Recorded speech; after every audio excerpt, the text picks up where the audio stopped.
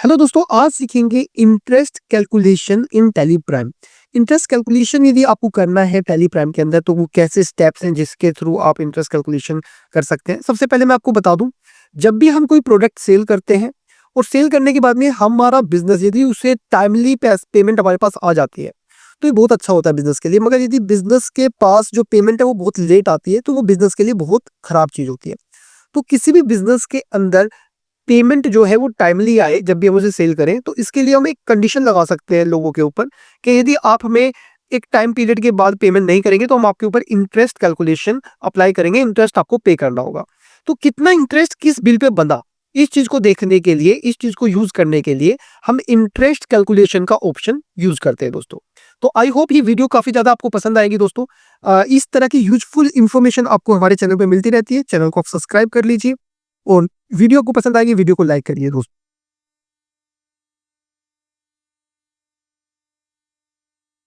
तो दोस्तों यहाँ पर हम यदि बात करें तो देखिए हमारे पास दो तरह की पार्टीज होती हैं। एक हमारे पास सन्ड्री डेब्टर्स होते हैं, एक हमारे पास सन्ड्री क्रेडिटर्स होते हैं।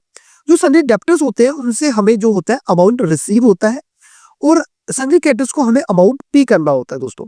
यहाँ पर क्या होता है, जब कोई सन्ड्री डेब्टर्स हमारे पास आता है तो वो या तो हमसे कैश कोई प्रोडक्ट परचेज करके ले जाता है या फिर वो हमसे हमारे प्रोडक्ट या सर्विसेज, हमारे गुड्स या सर्विसेज को उधार ऑन क्रेडिट पे भी क्या करके लेके जाता है, खरीद के लेके जाता है।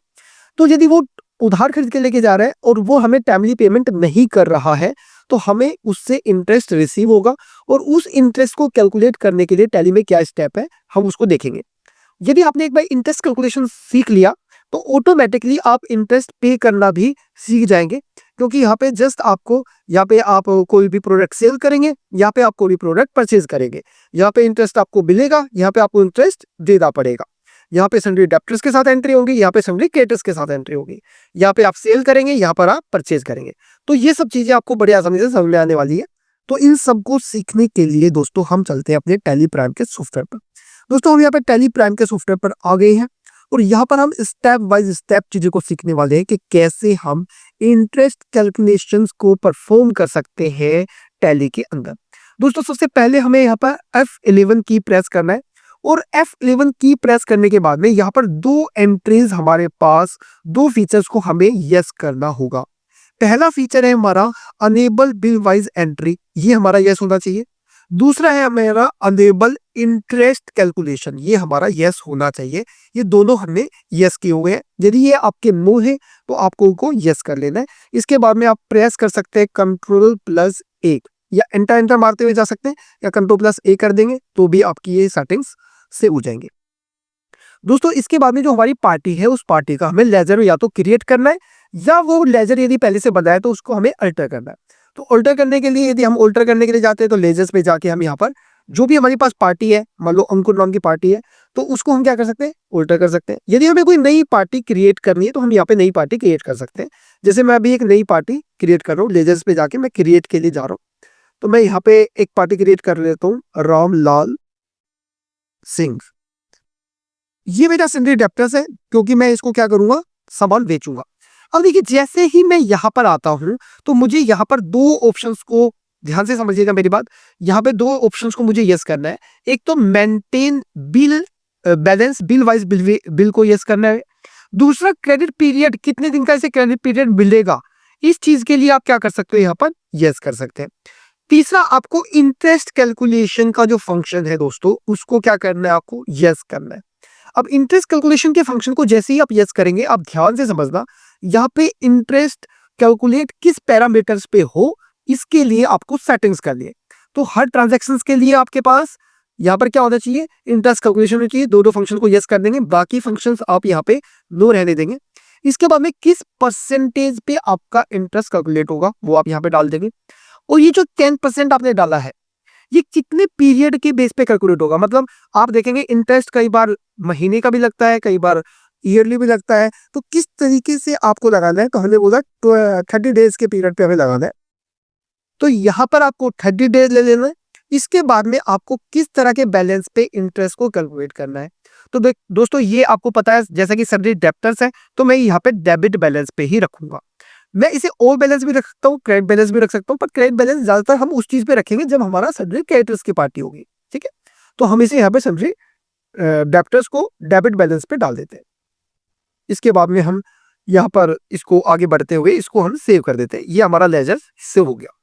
दोस्तों अब ये काम करने के बाद में मैं आपको बताता हूँ, अब आपको जाना है सीधा वाउचर्स एंट्री में और यहाँ पर आपको जाना है सेल्स एंट्री के अंदर। सेल्स के लिए आप F8 की प्रेस कर देंगे। अब F8 की प्रेस करने के बाद में किस पार्टी को आपको सामान बेचना है, तो मैंने बोला राम लाल सिंह, तो जैसे मैंने लिखा राम, तो राम लाल सिंह आ गए यहाँ पे। अब मुझे इस पार्टी को क्या करना है, सामान सेल करना है। तो रामलाल सिंह के लिए मैंने पार्टी क्रिएट करी, यहाँ पे सेल्स में गया मैं और यहाँ पर मुझे कंप्यूटर, यहाँ पे मुझे कंप्यूटर के नाम से मेरे पास मान लो एक प्रोडक्ट है, तो मैंने यहाँ पर कंप्यूटर को बेच दिया।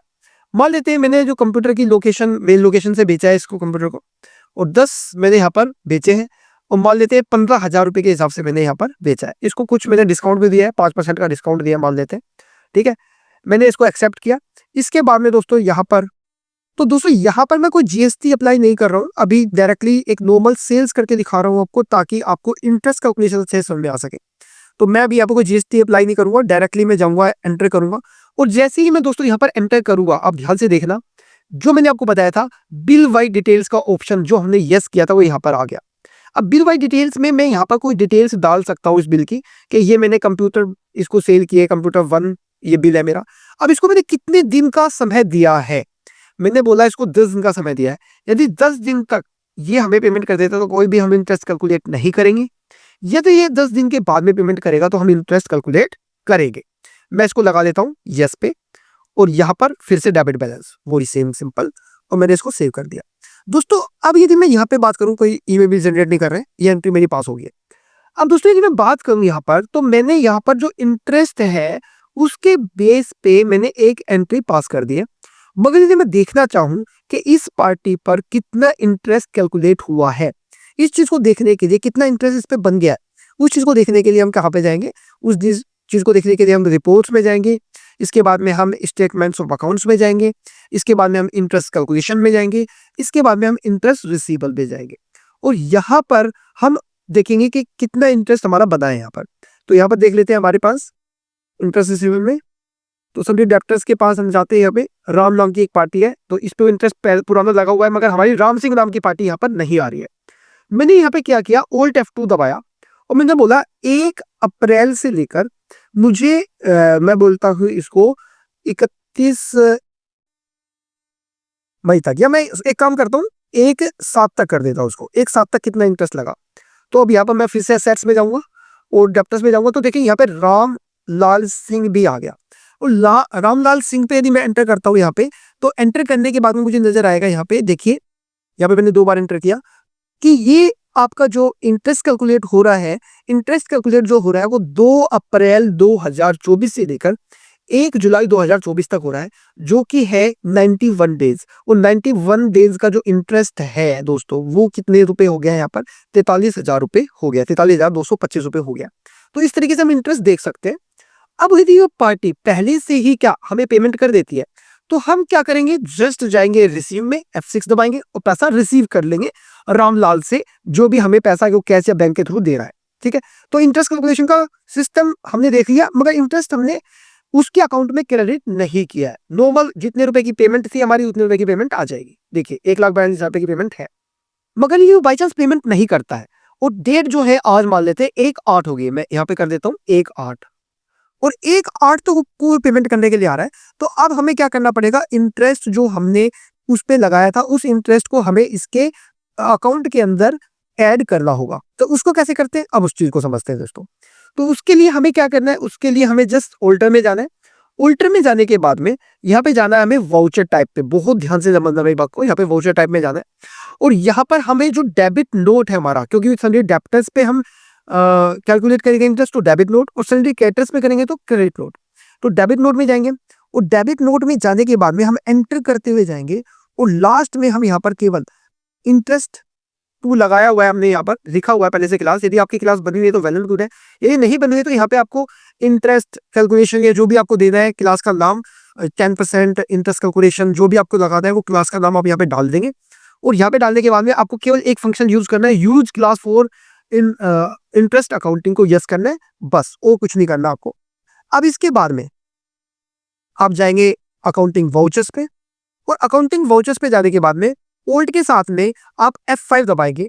आप यहाँ पे डेबिट नोट को सिलेक्ट करेंगे और यहाँ पे जो क्लास ली थी आपने इंटरेस्ट 10% वो आप यहाँ पर ले लेंगे। और लेने के बाद में अब यहाँ पर आप कुछ नहीं करेंगे और एंटर करेंगे। एंटर करने के बाद में यहाँ पे आप पार्टी को सिलेक्ट करेंगे जो कि रामलाल सिंह है। रामलाल सिंह को मैंने एंटर किया और रामलाल सिंह के ऊपर जो आज तक का इंटरेस्ट है वो 57,250 रुपए लग चुका है। तो यहाँ पर जस्ट ये इंटरेस्ट हमने डाल दिया और ये जो इंटरेस्ट है ये हमें रिसीव हुआ है।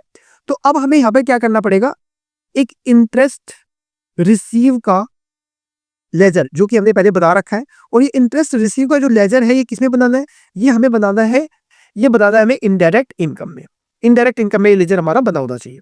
हमने एंटर किया तो यहाँ पर मैं जैसे एंटर कर रहा हूँ तो कोस्ट सेंटर यहाँ पे आ रहा है, तो कोस्ट सेंटर ये एप्लीकेबल नहीं होना चाहिए। यहाँ पर कोस्ट सेंटर को आप इसको लो कर दीजिए। इसको कैसे करेंगे, कंट्रोल के साथ में एंटर कर दीजिए यहीं पे, और यहाँ पर कंट्रोल के साथ में आई दबा दीजिए, और यहाँ पे जो कोस्ट सेंटर है इसको क्या कर दीजिए, लो कर दीजिए। यहाँ पर कोस्ट सेंटर को मैंने क्या कर दिया, लो कर दिया। सेव, ये मेरा इंटरेस्ट लग गया। अब यदि मैं दोस्तों यहाँ पर जाता हूँ पेमेंट को रिसीव करने के लिए, तो पहले देखिए जैसे ही मैं ये कैश या बैग लेता हूँ और यहाँ पे रामलाल सिंह लेता हूँ, तो अब आप देखेंगे रामलाल सिंह पे अगेंस्ट पार्टी में 2 बिल बने हुए हैं। पहला जो बिल बना है 1,42,000 रुपए का, जो हमसे मांगो खरीद के लेके गया था, ये तो इतना रुपए हो गया। दूसरा जो है अगेंस्ट बिल, वो बना हुआ है हमारा इंटरेस्ट का। ये इंटरेस्ट का टोटल पैसा हमारा इतना पैसा इस पे बन गया। ये पैसा हमने पूरा इस पे रिसीव कर लिया इस समय। तो इस तरीके से हम एंट्रीज कर सकते हैं जिसमें हम इंटरेस्ट कैलकुलेशन को यूज कर सकते हैं, इंटरेस्ट को रिसीव कर सकते हैं, और इंटरेस्ट को रिसीव करने के बाद में उस पार्टी से जितना देरी हुआ, जिसकी वजह से हमारा बिजनेस लॉस हुआ, उसके बेस पे हम उससे इंटरेस्ट रिसीव कर सकते हैं। दोस्तों इसी तरीके से यदि आप कोई सामान परचेज करके लेके आ रहे हैं और वो आपकी पार्टी चाहती है कि भाई आप भी इंटरेस्ट पे करें, यदि आप लेट पेमेंट करते हैं तो कितना इंटरेस्ट आपको पे करना पड़ेगा, इसके लिए सेम इसी तरीके से आप एंट्री कर सकते हैं। आप अपना एक क्रेडिटर्स बनाएंगे, उसके बाद में आप परचेज करेंगे और फिर क्रेडिट नोट बनाएंगे। जैसे हमारा डेबिट नोट बना था यहाँ पर, ऐसे यहाँ पे क्रेडिट नोट बनाएंगे और फिर उसके बाद में आप क्या करेंगे, पेमेंट करेंगे। आई होप ये वीडियो आपको काफी ज्यादा पसंद आई होगी। वीडियो पसंद आई, वीडियो को लाइक कीजिए दोस्तों। मिलते हैं नेक्स्ट वीडियो में। Thank you very much.